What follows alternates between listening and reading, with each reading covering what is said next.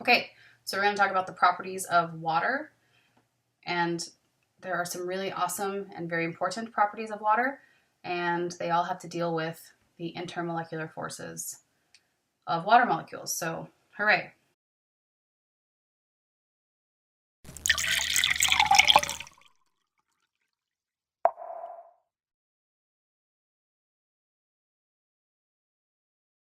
All right, the quick review to make sure we understand is that water is polar. Okay, that means that when you check out your electronegativity, oxygen is much more electronegative than hydrogen. Right, so I had a nice little water molecule. Okay, my oxygen is more electronegative. It's going to pull the electrons towards the oxygen. Okay, oxygen's pulling the electrons towards it. The electrons are not shared evenly between the hydrogens and oxygens. Okay, and your side of your water that has hydrogens has a partial positive charge, and your side of water that has oxygen has a partial negative charge. Okay, good. So water's polar, and also there's hydrogen bonding.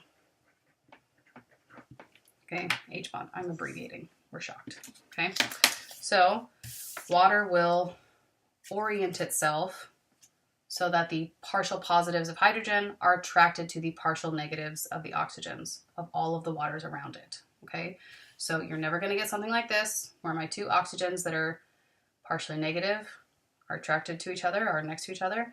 Your water will kind of rotate. Okay, so you get, positives are attracted to negatives. Positives are not going to be attracted to other positives. So I'm not going to have another water come in here where all of my positives are together. This dude's going to rotate. There you go. All right, so we have hydrogen bonding, so it's very strong, and water is polar. Cool.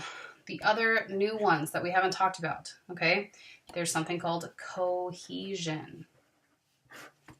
Okay, and cohesion just means that water is attracted to itself. Okay, nice little narcissistic molecule. Attracted to itself. Okay, water is attracted to other water molecules. And the entire reason is because of the hydrogen bonding, because water is polar, right? Two waters are attracted to each other. That's easy. Okay, that's cohesion.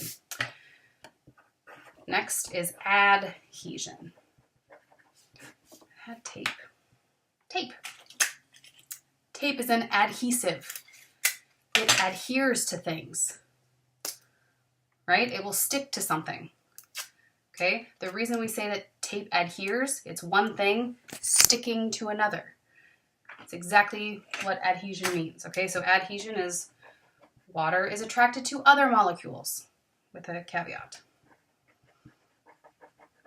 Okay, so water is attracted to other polar molecules.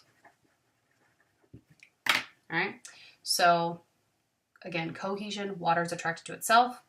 Adhesion, water is attracted to other polar molecules. Good example of this would be rain. Okay, so if you've ever driven in a car, when it's raining, the windshield gets wet. The water sticks to the windshield and you cannot see through it, so you turn on your windshield wipers to wipe away the water so you can see through your windshield. Okay, the other thing you can do is you can make sure that the water droplets will not actually adhere to the windshield by putting a layer of something on top of your windshield. Like if you've ever heard of Rain-X, it's a product that you kind of spray on your windshield. You rub it in, and Rain-X is a non-polar molecule. So you're putting a non-polar, kind of like a wax, onto your windshield. So then when the polar water molecules fall from the sky onto your windshield, they won't stick. It's not adhering to the glass. There's like a wax coating on top of your glass, so it will roll off of your windshield. You like don't even need to put on windshield wiper. I'm not sponsored by Rain-X, okay? It's just a good example. Another good example, like water and oil don't mix. Oil is nonpolar, water is polar. Okay, those things don't mix. But most things that are polar, water will be attracted to it. And the super cool thing about that, okay, is it explains the meniscus. Okay, so we have definitely talked about a meniscus before, which is the kind of curved surface when you're looking at a graduated cylinder. And this has to do with both cohesion and adhesion. So water is attracted to itself. So at the surface, it's going to pull in really tightly and try and take up the least amount of surface area as possible. I'll talk about that in just a second too, okay? But that's why there's kind of that dip down in the meniscus. It's pulling down, it's attracted to itself. But water's also attracted to the glass of your graduated cylinder. So on the sides, it's kind of like creeping up because water's attracted to the glass. So the sides of the surface of a meniscus will go up, attracted to the glass, and the middle of the water is going to kind of creep down because it's attracted to itself. So cohesion and adhesion explain the meniscus. All right, on to number 3, which is it has a really high surface tension. Yay! So that explains this situation, okay? Like I always call them water skeeters, water mosquitoes, water bugs, water skeeter, okay? Bugs that are more dense than water are actually able to float on top of water, okay? They can like literally stand on top of the water, and you can maybe see in this picture, okay? Water will make like little dents around the legs of the bug to hold it on top of the water. It doesn't, water surface does not want to break. It has a very high surface tension. Okay, so the water molecules at the surface are attracted to themselves.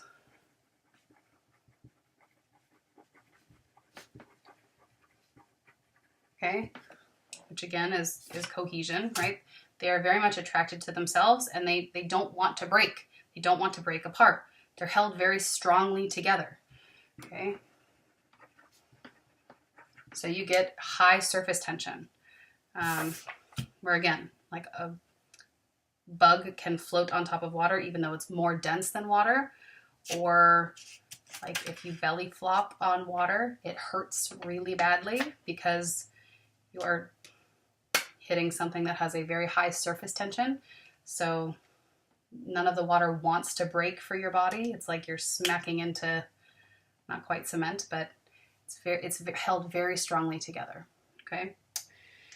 All right, high surface tension.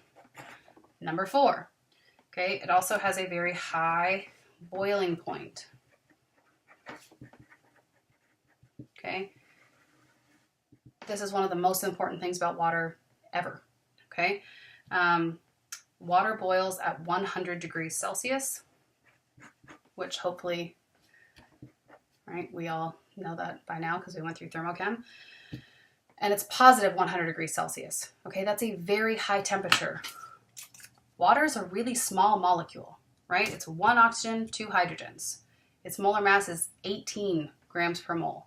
This dude is small, okay? It's made up of non-metals.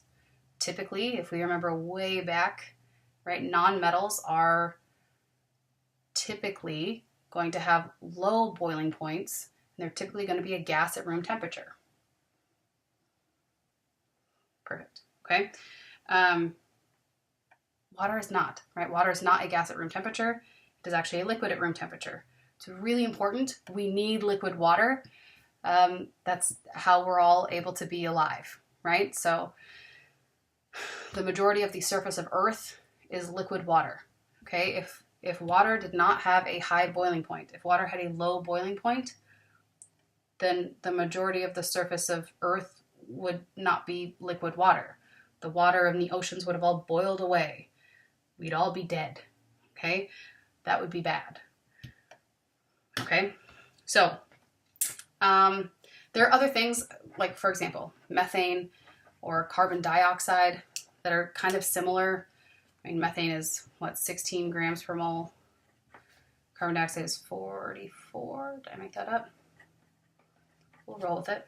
Okay, so carbon dioxide is even heavier than water. All right, water is 18 grams per mole. Okay, methane has a boiling point of negative 161 degrees Celsius. Carbon dioxide has a boiling point of negative 78, I think, degrees Celsius. Okay, so negative 78 degrees Celsius, negative 161, and somehow water has a positive 100 degrees Celsius boiling point. That's huge. And again, very, very important for us to survive. The entire reason is because of hydrogen bonding. We're all shocked. Yay, hydrogen bonding. Okay, so hydrogen bonding keeps these waters extremely close together, very attracted to each other. It takes a lot of energy. It takes a lot of heat to boil water away. Okay, so very high boiling point. That's a good thing. And last but not least is that it has a low vapor pressure, which is very much similar to a high boiling point. Okay, so low vapor pressure just means that there's less liquid or solid water turning into vapor, turning into a gas. Okay, less water turning into water vapor, a gas. Again, it's not boiling away very easily. It has a low vapor pressure because liquid and solid water is attracted to itself. Okay. All right. Those are the big ones. So water is polar. It has hydrogen bonding. It has cohesion, so it's attracted to itself. It has adhesion. It's attracted to other polar molecules.